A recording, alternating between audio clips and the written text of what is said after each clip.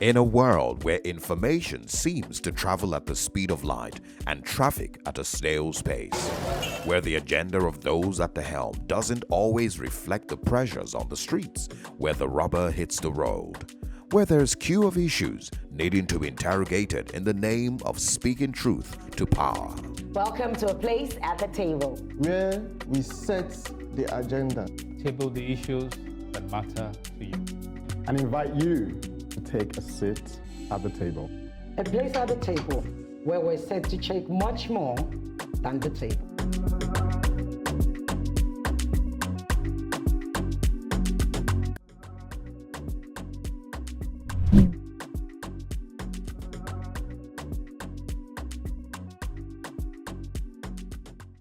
Welcome to this special edition of A Place at the Table, where we're set to discuss all things financial.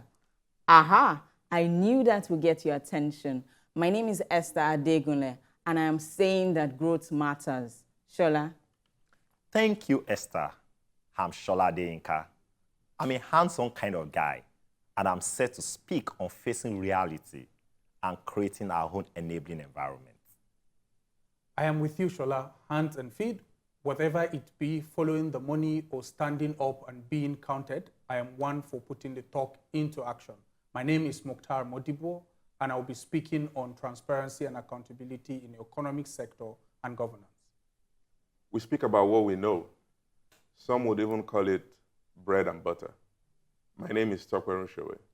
I will be addressing transforming Nigeria's construction landscape. Surely we can't talk of transformation without featuring foundational areas of banking and technology, and this is where I come in. My name is Ruby Onwudiwe, and I will be speaking on the impact of banking and technology on our development. But first, to let you know that this Easter special edition of A Place at the Table is proudly sponsored by Meristem Securities Limited. You've reached the stars, now let's see you conquer galaxies. You've gone for gold, let's show you two more treasure chests. Your story doesn't have to end with you. As a matter of fact, it can continue into the next generation. The only way to move is up, the way to go. And the generation after that. Don't stop. After all, you've worked hard to get to where you are. Why should your wealth end with you? Let your story continue. Let's take you far. Meristem, let's grow wealth for you.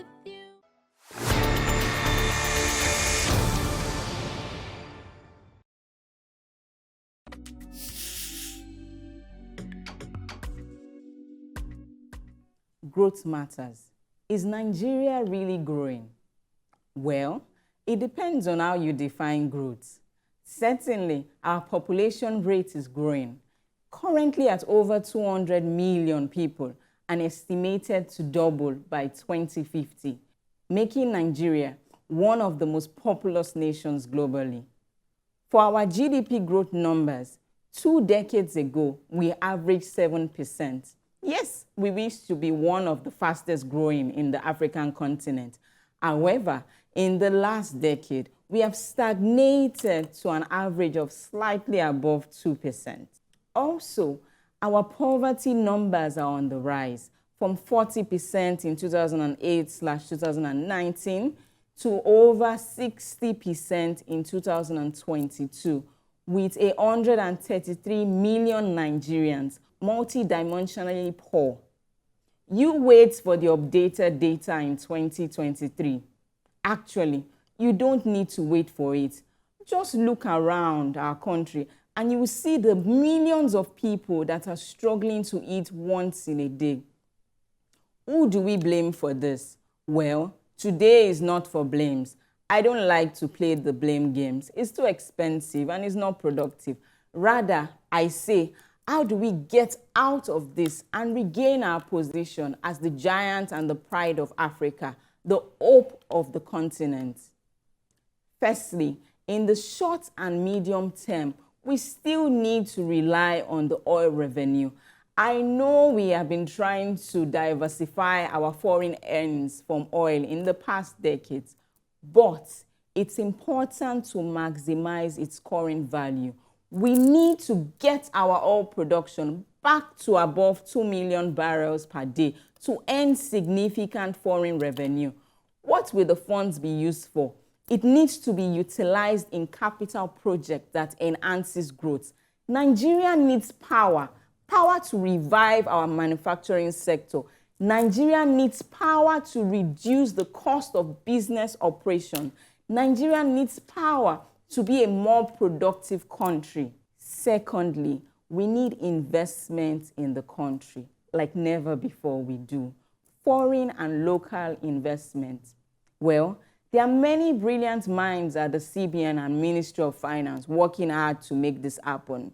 We expect to see some returns in a couple of months. Lastly, and this is not an economic matter, it's actually what everyone on the streets needs right now. We need hope. We need to be reassured that the country will grow again. Hope is displayed in the manner our public funds are spent. Hope is depicted in the empathy that is shown in difficult times.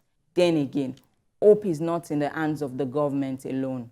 Hope is in you and I, playing our part in the country's growth and development. Sometimes it's a word of reassurance to our co-workers and an act of service to those that can't afford the next meal. Hope is in our hands. We must give it out with love. Growth matters, and Nigeria must focus on achieving sustainable and inclusive growth. I agree with you. Growth does matter. And I agree, especially you talked about local and foreign investments.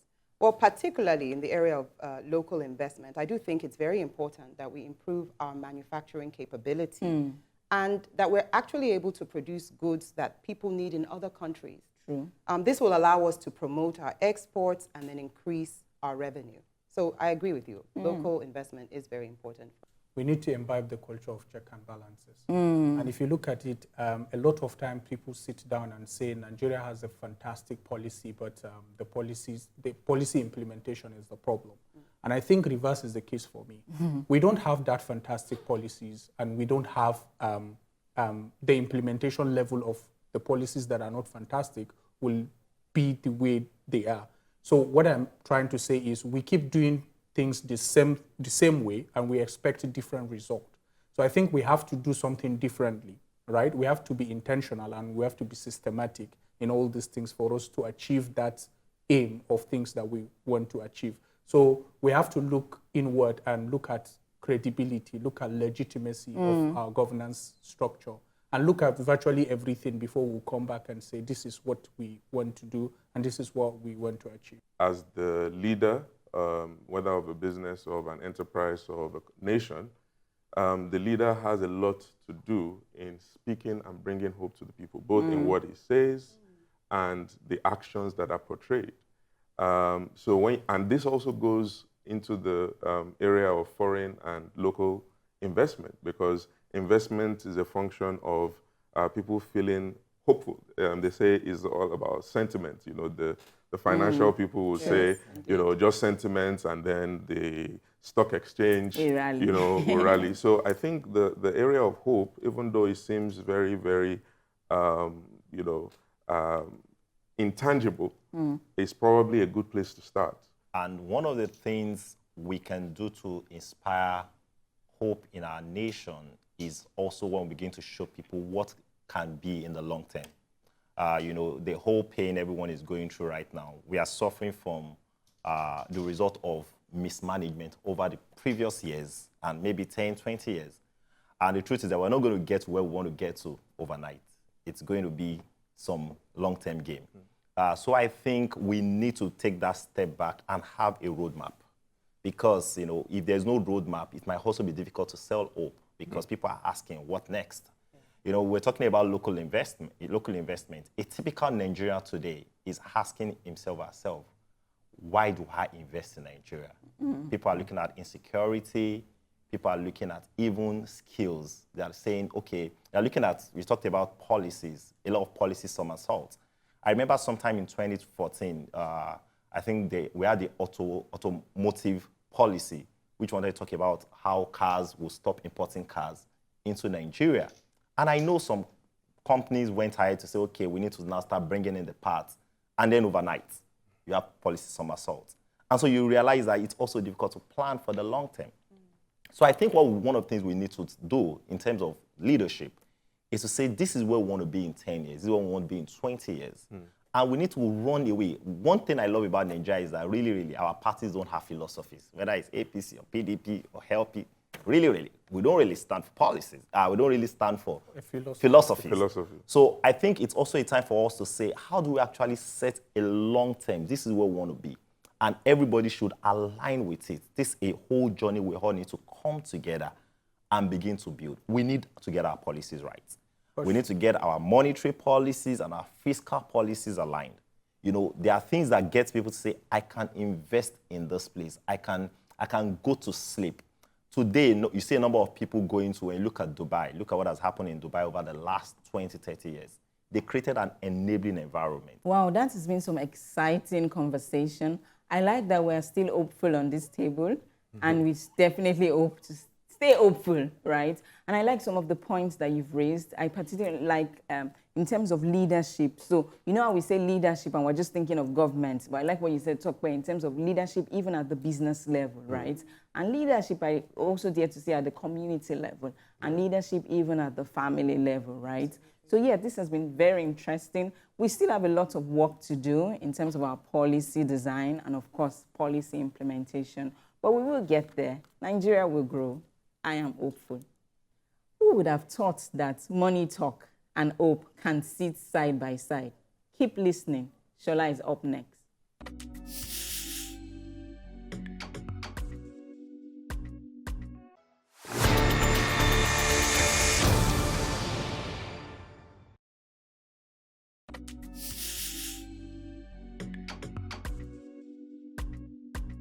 We think we are rich when we are poor. Nigeria is a poor country. The problem is that most of us think and act like we are a rich country. Our governance structure, our mindsets, our constitution, all add to the fact that we are a rich nation. Ethical flight in and out of Nigeria has our business class and first class segments fully booked. In March 2023, Business Day reports that champagne sales have touched the highest level in 8 years. A look at the 2024 budget shows critical spend such as international travels, motor vehicle purchases, the government convoy, foreign trips, and all these contribute to this illusion that we are a rich nation. We send our children to the best schools, we live in big houses, even outside of Nigeria. And yet, despite our incessant international travel, we still have no international carrier. We import large numbers of cars, and yet, no major manufacturing brand or plant. We produce over about 1.5 million barrels of crude oil per day. Yet, until recently, with the launch of the Dangote refinery, we lack the capacity to refine crude. In the 2023 financial year, while the big banks, First Bank, Zenith, and the likes, were recognizing enormous amount of FX gains, the manufacturing and producing companies, such as Nestle, Guinness, MTN, and the likes, were reporting losses at unprecedented levels. We are basically a market and a place where materials are taken. Our focus, therefore, needs to shift to value creation. We need to ask ourselves, how do we create value? How do we create the shared prosperity we need as a nation? Not one that is unevenly distributed so that Lekki, Ikoyi, and Ajegunle are worlds apart. It's time to see prosperity from a productive, value-adding perspective rather than from a consumption perspective. We need to invest in skills and empowerment for our people that enable large population to be part of our value creation process. We need bricklayers. We need fashion designers, mechanics, plumbers, doctors, scientists. We need to raise an army of creatives in every aspect of our economy. We need to create an enabling environment for entrepreneurs. And we need to patronize homemade goods, even when they are not the highest quality. We need to give our support. Rather than forever waiting for the government, we as Nigerians need to take it upon ourselves and forge ahead and create a better future for ourselves. We owe it to ourselves and we owe it to our children. While you're speaking, I was just thinking about the new conversation from the presidential villa today that says the president said people should be patronizing locally made things and start thinking around local product and what have you. But some of your statements are statements that said even if they are not in good shape, we should still go ahead and do it. So over time, I have been someone that have been following up budget and what have you. And I will tell you, if you check the gender responsive public service, or let me say gender responsiveness of our budget, you will understand with me that most of the budget we have in the Ministry of Women Affairs has always been go and produce skill acquisition, go and produce soap that your neighbor cannot use or you cannot use on your skin.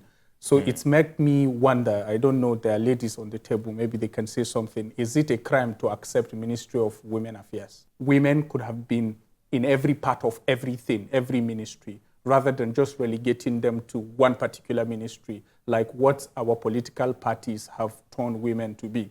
Treasurer and free nomination form is sure for every woman. And so when the election happens, she might end up getting one vote. Women are highly productive. Yes. We are so productive. Yes, I know there are things around perhaps what the Ministry of Women Affairs is doing. However, if you actually look, I mean, because our population states that is almost a 50-50, so you can imagine if women were not productive, where we would be in the country, right? I also like that shift from consumption to production. And interestingly, during the week, I was at a session where NBS, our National Bureau of Statistics, were looking at the unemployment numbers. And I was pushing that we need to look beyond unemployment to how productive are we as a nation, right? Because production and value creation is more important than people just working and all, right? And you would see in many developed countries, they are producing things. They are not just leaving things at raw levels and exporting them, but they are actually producing, adding value to it and exporting. And that's why they are able to earn more and, of course, do more in their country. The question is, how do we create value, right? How do we ensure the productivity? When Shola was speaking, he spoke about the likes of Unilever, Guinness declaring losses. I think that is even fair, right? Because sometimes business declare losses. But what is unthinkable is the fact that people like Procter & Gamble packed their bags and left. That means it got to a point that they just thought this is a hopeless situation. Many years ago, maybe around 2007, 2006, thereabout, I was working in the UK. And that time, during the time of President Obasanjo, there was a company called Careers in Africa. And what they did was they came to the UK to employ Nigerians to come back home. And a few of my friends got jobs in KPMG, Procter & Gamble, Shell, Mobil. Some of them are still working there today. But it's painful to see that an organization like Procter & Gamble, who at that time was so bullish, was coming to employ Nigerians in the UK, has now decided that, you know, there's no hope. So I think, what is the way forward? If we're saying we need to be productive, we know that. But how do we keep those who are already doing it to continue to do it and not feel like, you know, we can't continue with this? Is a point that we need to really think about. Yes, we talk about power, you know, but I think it's beyond power. People living is beyond power. It's just, there are too many frustrations. If you're a business person, I tell people all the time, I said doing business in Nigeria is an extreme sport because, you know, it's a full contact extreme sport. You wake up on Monday, you don't know what's going to hit you by 12 noon. You'd sort out what happens on Monday. By Tuesday, just expect another hit. Yeah. You know, by the end of the week, you're walking with a broken leg. So, so we need to think about how do we keep the businesses in business. Yeah. You know, Tokwe, you were talking and, you know, first of all, Shola, you said, you know, we're poor, even though we think we're rich. And one of the things I wanted to say is that it's so hard for us as a people. We're such a proud people. So it's difficult for us to admit that we are poor. But I dare say the reason why we talk about ourselves as being a rich nation is talking about the potential that we have. And we have a huge potential in our population, our human capital. We also have a huge potential in our resources. So when you're trying to answer the question, which you aptly asked, How do we create that value? It's in tapping into those things that we have intrinsically. Our human capital. You mentioned training and skills acquisition. How well are we doing that? Are we doing it maybe for a subset of the population? Are we able to reach those who are in the more remote areas? How do we reach people who are not as skilled or are not as educationally sound as others? You know, there's so many of those things that I think that we need to be more deliberate about, which would allow us to tap into where we have value within ourselves, you know, as a people. And, you know, creating value says, I can do this well, or I specialize in this area, or I'm better at this than anybody else. And then getting someone else to appreciate that, to need that, and to patronize that. It's in that exchange that we're able to actually gain from value creation. I would like to add something to that, and it's about what's our competitive advantage or our comparative advantage as a nation. Today, we can pick our numbers. We have over 200 million people. We have a youthful population. Think about it. Today, we have a very low amount of vocational skills. Here in the construction space, people are going to hire bricklayers from outside of Nigeria. That's a shame. Today, you have a plumbing issue in your house. You can't beat your chest that if you pick up your phone, you have 3 plumbers that know their job very well. So I think we need to also begin as a people, and yeah, the government needs to do on the policy side, but we also need to change our mindsets. We need to begin to tell our young people, rather than just being an Okada rider and just earn in the short term, there are skills that if you develop, you are always going to be useful. You're always going to be able to be a part of the productive, the creative economy, either in the next 5 years, 10 years, and all of that. I'm a hands-on type of guy. Mukhtar says he's all in, hands and feet. Let's find out what he's campaigning for. Up next.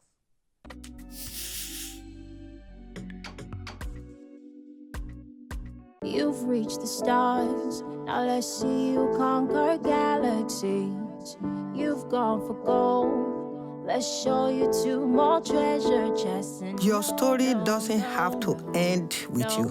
As a matter of fact, it can continue into the next generation. The only way to move is up, the way to go. And the generation after that. Don't stop. After all, you've worked hard to get to where you are. Why should your wealth end with you? Let your story continue. Let's take you far. Medistan, let's grow wealth for you.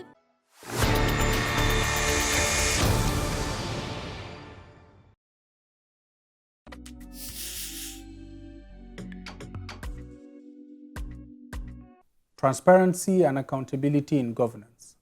I am Mukhtar Modibo. I am the Secretary General of Follow the Money International, a unit of connected development, and I have been given a place at the table, and it worthy of note that today we stand at the verge of monumental change, and addressing the country's challenges requires a multifaceted approach that transcends self.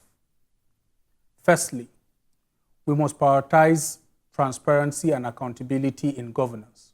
This involves strengthening anti-corruption agencies, ensuring their independence, and prosecuting corrupt officials regardless of their status, while implementing governance systems that help reduce illicit and corrupt practice in the same way, enhancing a systemic check and balances in governance across all levels of government. Intentionally investing in education is paramount for long-term development. Improving the quality of education and making it more accessible to all will install the skill needed to drive innovation and economic growth. In line with the changing times, a shift towards voting for more vocational training programs relevant in the 21st century can also well equip individuals with practical skills for employment.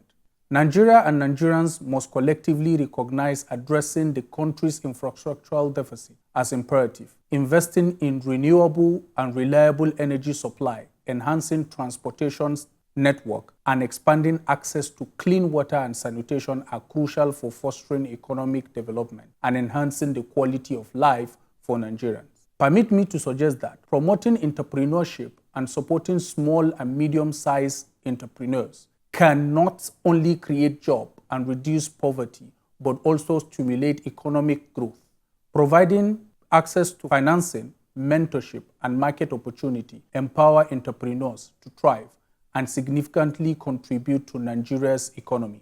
In the midst of this, effort fostering unity and inclusiveness is vital for national development. By embracing diversity, facilitating dialogue among different ethnic and religious groups, and ensuring equal representation in decision-making process are essential steps towards building a more conducive and prosperous society, anchoring in commitment and dedication to a bright future for all its citizens.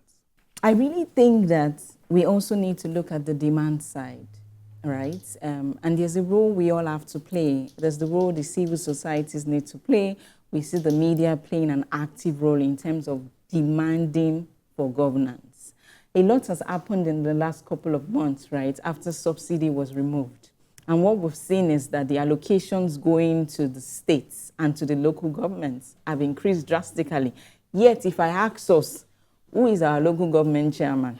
We will look at ourselves and smile. Because many of us don't know. Many of us are not bothered to demand for accountability from them. So I think that that's something as citizens we need to begin to demand. Accountability at the grassroots, at the local level, and also at the state level. The work that determines who represents us, a lot of it is done at the grassroots level. How many of us are card-carrying members of political parties? You know, sometimes I have a couple of friends who have said when you go to the ward meeting, you will be shocked at the people who make decisions at those meetings. And you know, the funny thing about democracy is that it's one man, one vote, whether you have a PhD or you didn't go to school at all. And so I think the elites, the educated ones among us, we need to take that step back and say, at the grassroots level, you know, our mindset around politics needs to change. We need to start saying, we need to lay the demand. You know, we need to check the budget, you know, what's in the budget, what's going into health. Yes. When we get to the hospitals tomorrow, do we see the impact of the allocation of the budget? How do we expect to see it? How do we see it in education? How do we see it in security? So I think a lot of time we're just so distracted. We just look at the government just do their own thing and then we just say, you know, God will take care of us all. I think that needs to change. You know, when you were listening to some of the ideas, you spoke about vocational schools. And that links very well with what Shola said about where our plumbers, where our, you know, artisans, what is going on. We used to have all these vocational schools. A few years ago, I been in the construction industry. I was curious because it's challenging to have, you know, skilled artisans. So I went to some vocational schools in the FCT. It was a sorry sight.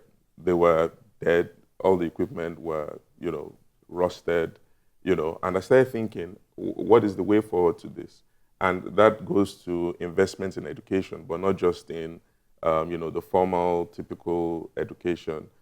We need to spread that down, and that also goes to the grassroots because, you know, that is how you empower young people who might not be interested or wanting to go to formal education. But if you know, you learn a skill. In Europe, people who are plumbers, people who are carpenters, are able to earn enough to own their houses, you know, to have a good life. And I think we need to try and get there. While we're looking at the vocational aspect of it, what you would typically refer to as your blue-collar workers. Correct. I was thinking also from the perspective of your professional white-collar workers as well. Because if they're going to get involved, so everybody needs to get involved at the grassroots level, whether you are you know, a bricklayer or you are a management consultant, everybody does need to get involved in governance. We look at the content of our curriculum. When we talk about investing in education, I think it's important to look at the content of our educational curriculum and make sure that it's relevant for the 21st century, right?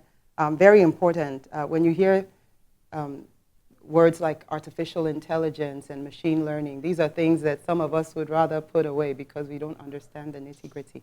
But it really needs to get to be things that we understand at our fingertips. And when you talk about the size of our population, there's a lot that needs to understand what this is, because this is the future. This is actually now. So I think that's important when you talk about investing in education. I think that jobs such as cybersecurity and investing in robotics, you know, the thing is, we think of these things as high and maybe difficult to understand, but you apply robotics in agriculture, you apply robotics in health management and health services. You can apply robotics even in bricklaying and in construction. There's so many ways in which these things are applicable. So I think you've touched on a very, very great subject, and it's one that hopefully we'll see policies coming out and enabling environment to help champion some of the ideas that we're sharing around this table. So I think we really need to talk about, as people, we need to talk about the independency of our anti-corruption agency, the independency of our judicial system, as well as the independency of every agency of government to work hand in hand with other agencies so that we can have that dividend of democracy. So maybe this is us looking back at the manifestos when people want to come into government. You know, sometimes we're just so fixated, this guy is from my tribe, you know, you are states, you say this person is from this place or from this political party. I think we need to begin to listen more to our politicians, the people who want to take electoral offices. What do you have in store? And when they run this government, let's actually do proper reviews. What did you do? What did you tell us you were going to do? We've laid out our still, and all that is left is to put talk into action. Tope is up next, and like me, he's an action man.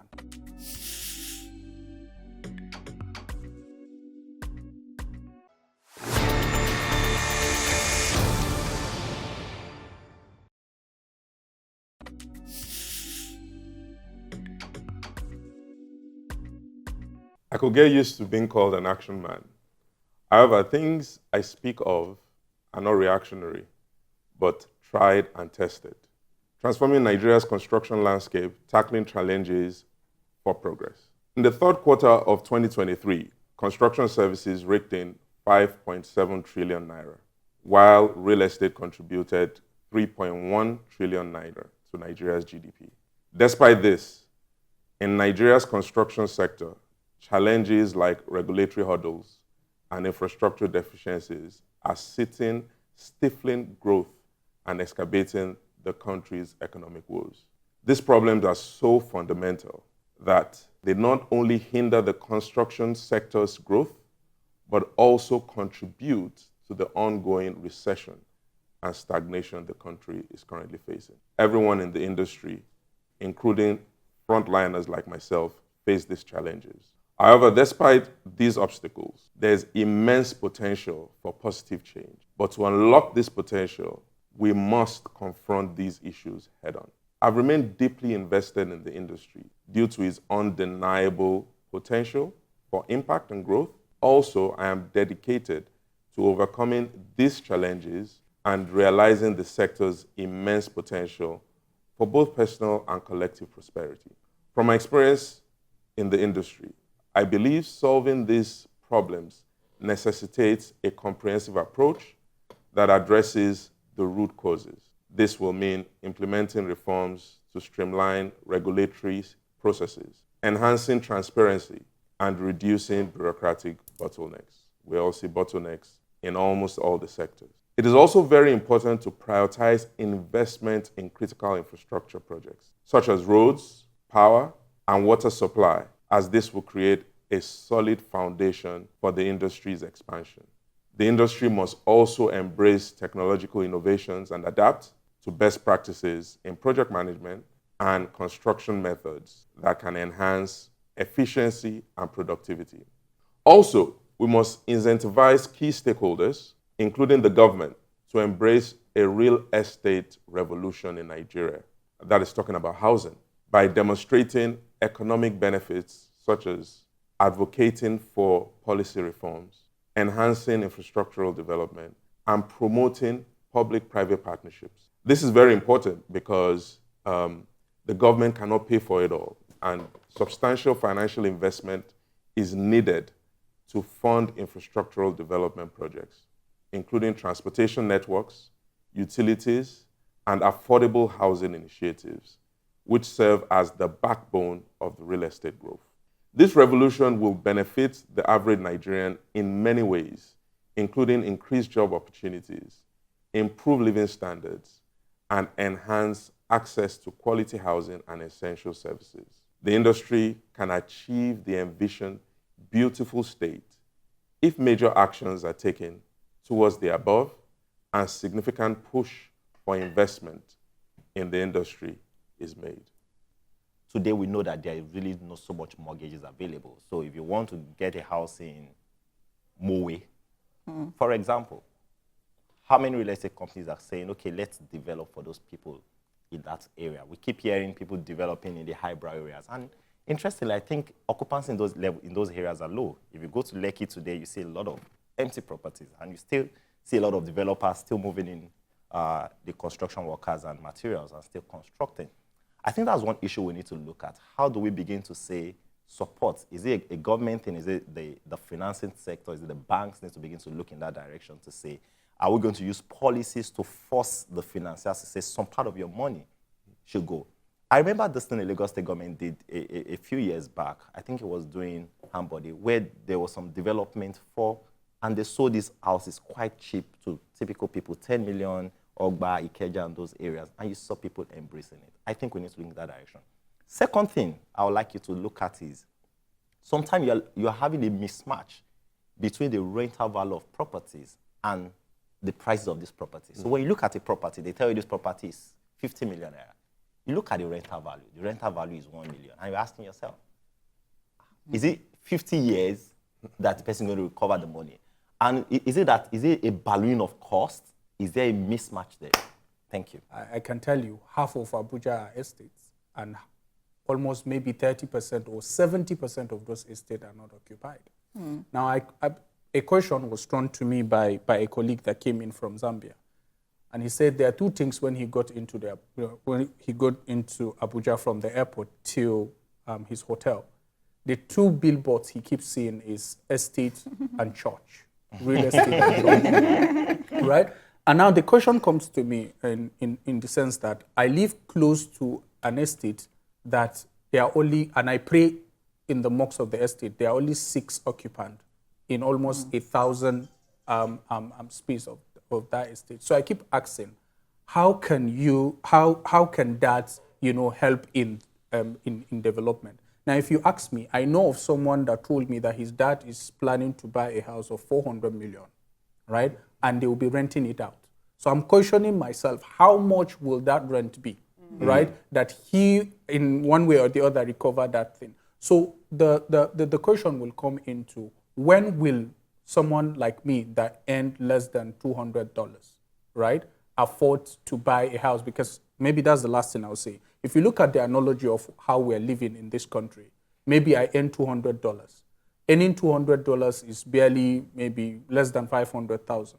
If I'm going to do mortgage, it will take me almost 11 years if I don't touch 1 naira from that money. It will take me 11 years to meet up to some certain level of benchmark for me to access that level of thing. So the reality is we need that to get our government move, but how can we improvise for people at low income, right? People at communities, people that are not in that level of going to like billionaires. Yes, to access this kind of resources and then own a house with a decent job that they're. And I was just thinking, one of the things you recommended was the private-public partnerships. Right. Yeah. I recall very recently I was driving and I pointed to one of our national assets and I saw that there was some refurbishment work that was going on. And I was pleasantly surprised to be told that it was being sponsored by a private company. I think we probably need more of those. Yeah. Like you said, the government cannot sponsor everything. They can't pay for everything. So where you have companies that have to give back to the communities in which they employ from and they get to enjoy the benefits of, I think it's important to leverage that. They should be able to commit to some of these projects, and private enterprises can partner with the government to build some of this infrastructure that we find to be limiting today and are causing some of the hurdles that you talked about? Yeah, I want to take you back to the really importance of the construction sector, right? And I think many times we forget this, but it was just good to hear the numbers around the contribution to GDP, right?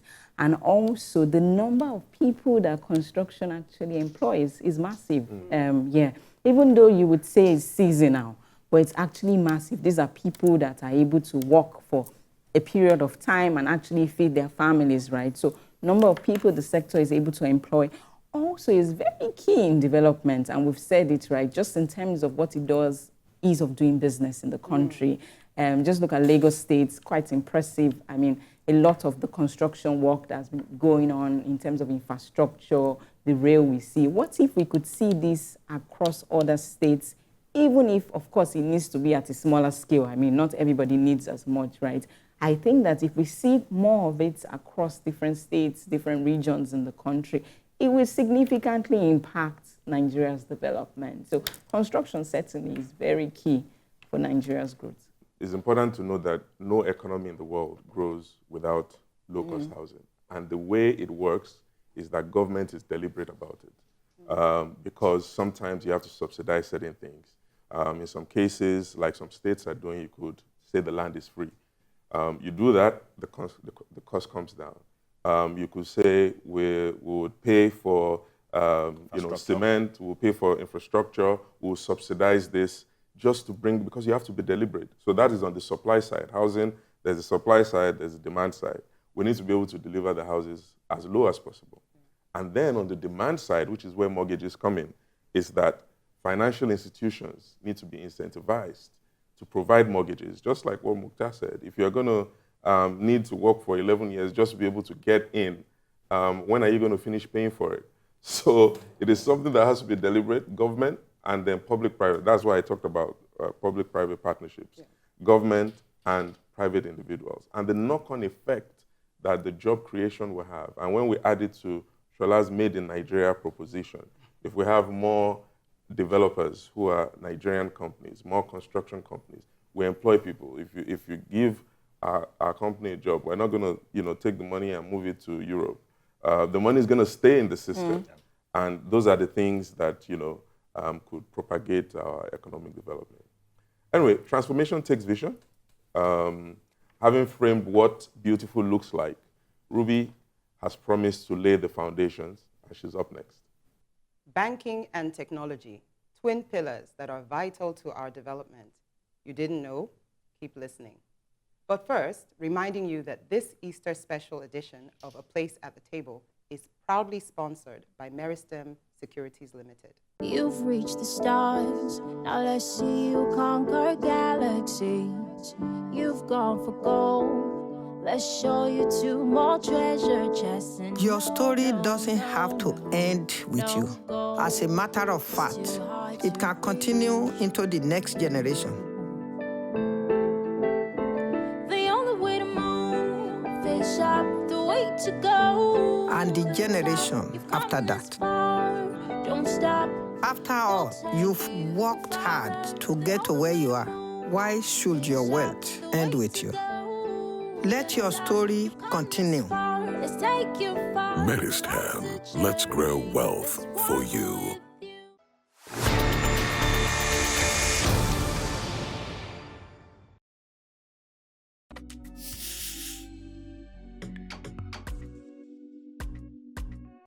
So what is the impact of banking and technology on our development?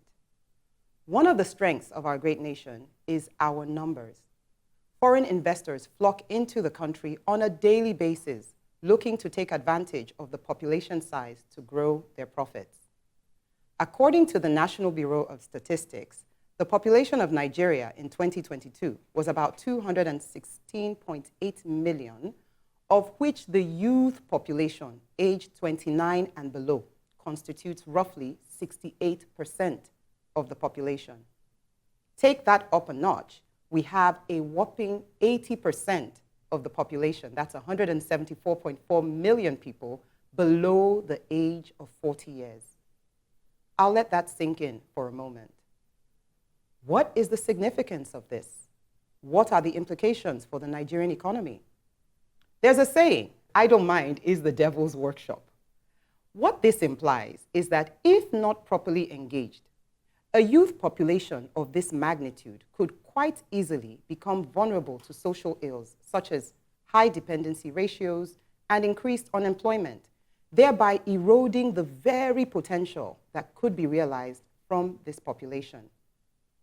On the upside, if properly harnessed, it can contribute to what is referred to as a demographic dividend, potentially leading to increased productivity, innovation, and economic growth. Technology can empower a youthful population in several ways to boost economic development.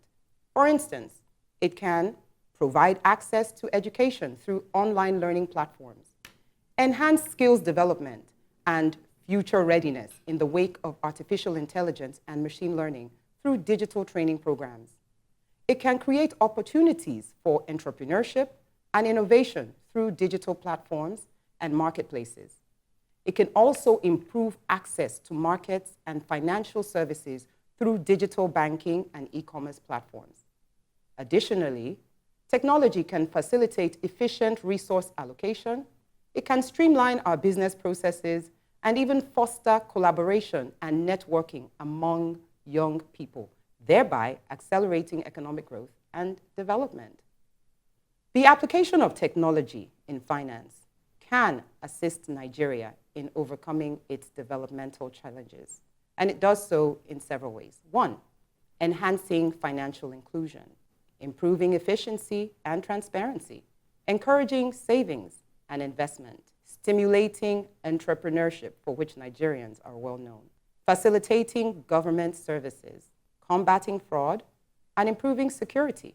What am I trying to say? Overall, the application of technology in finance has the potential to catalyze economic development in Nigeria by promoting financial inclusion, efficiency, transparency, entrepreneurship, and good governance. I would talk about how I see technology changing a couple of things over the last couple of years. And of course, if we have to look at banking, banking is that place where a lot of us have seen the use cases of technology impact on a lot of us the most. I remember when I was in university, there was practically 1 or 2 banks in this town. And when your money is sent, your monthly allowance is sent, you basically wait for a week, 5 days, you're basically going to the bank and going to check out, is the money here? But today, all of that has changed. And I think it's giving a lot of youth in Nigeria opportunity. For example, we have Veil, which is a digital bank. We're doing things that maybe 10 years ago was almost impossible. And even the regulator, the Central Bank of Nigeria, they are beginning to give a lot of attention to the digital space. And the young people are uniquely positioned to take advantage of that. You see digital natives, the younger people are digital natives. So they're able to see it differently. Look at cryptocurrency, for example. I know a lot of young people who were able to step forward, take the risk. Something the older people are saying, we're still trying to understand. Boom. They've taken advantage of it. And they've been able to build some financial resources for themselves. So I think we need to continue to encourage our young people to embrace technology. Technology, we give a front leap, a leverage, a quantum leap to our young people. And it will also give us better services. Now today, you can open a bank account from the comfort of your home. For most people here, I don't know the last time you actually entered the bank. You understand? Because now you can do everything. You can open a bank account just on your phone and do great things. When they refer to countries like Nigeria, you hear things like developing country.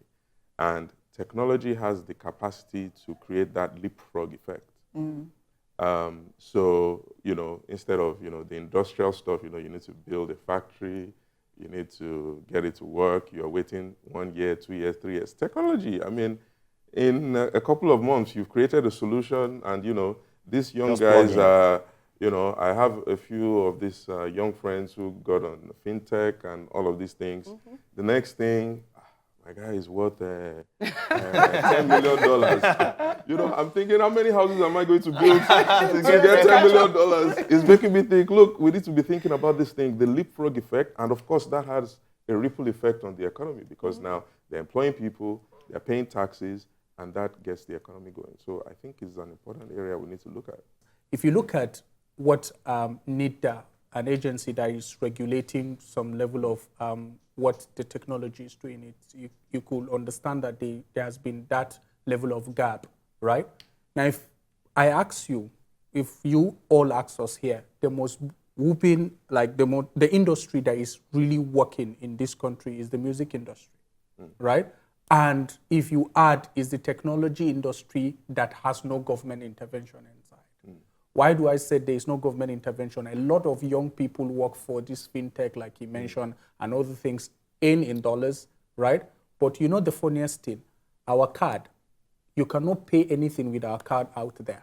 Correct. So all they need to do is to approach their bookkeeper that is collecting Forex, collect the money, travel with it, and then invest it in another person's economy without having the money being part of our economy. And just so you know, you go to Zone 4, the Abuja, I know, right?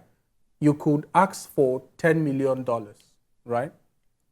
I don't want to be this. Someone can provide it. And he's not taking it from the bank. It's something that he has kept. You get my point. Yes. So the reality is, I think our government need to be systematic and need to be deliberate in knowing how to get into the technological aspect. I am very optimistic about what the new government is trying to do with having someone in the private sector as well as the civil society sector be the Minister of Communication and Digital Economy. But the question of what I mentioned earlier will come back. How independent that person is. How deliberate is he trying to make efforts in that thing. So maybe government need to really invest in looking at what young people are doing, not necessarily cutting their wings from, look at what is happening on social media. Everybody is talking about regulating it. It's a normal thing, but I mean, what will happen after that? The cryptocurrency we just mentioned, there are a lot of things that is happening to the crypto world in Nigeria. So if the government really understood this kind of a thing, I tell you, maybe with technology, the biggest thing we didn't even talk about is the people in diaspora that are using technology and how they are boosting our economy back here. And nothing is being done for them. Guess what? They don't even vote. If they are not back here, they don't even vote. Maybe that's a conversation for another day. I think the government has really supported the technology financial sector in Nigeria. And I would disagree with you a bit. And first and foremost is when you look at the policies the Central Bank of Nigeria has rolled out over the last couple of years. In fact, you know, financial services sector needs to be regulated because there is trust. You are giving people your money. So it's not an industry like music that we just singing and, you know, whatever you like, you know. So the government always needs to step in. And I think we need to give credit. That's why today you will be shocked that some financial services you enjoy in Nigeria are not even available in the United States. Absolutely. You cannot send money from Chase to Bank of America and get it instantly. You can do that in Nigeria. So I think we should. Yes, there is more the government should do, and they are working at it. Even look at the current, even crypto technology and all of that. I think we can do more, but I think the government, they've done some, and we should give them Shola, would you want to say something about the in-era? Well, I think that just to buttress your point, and I was waiting for Mukhtar to land because I actually wanted to make that point as well.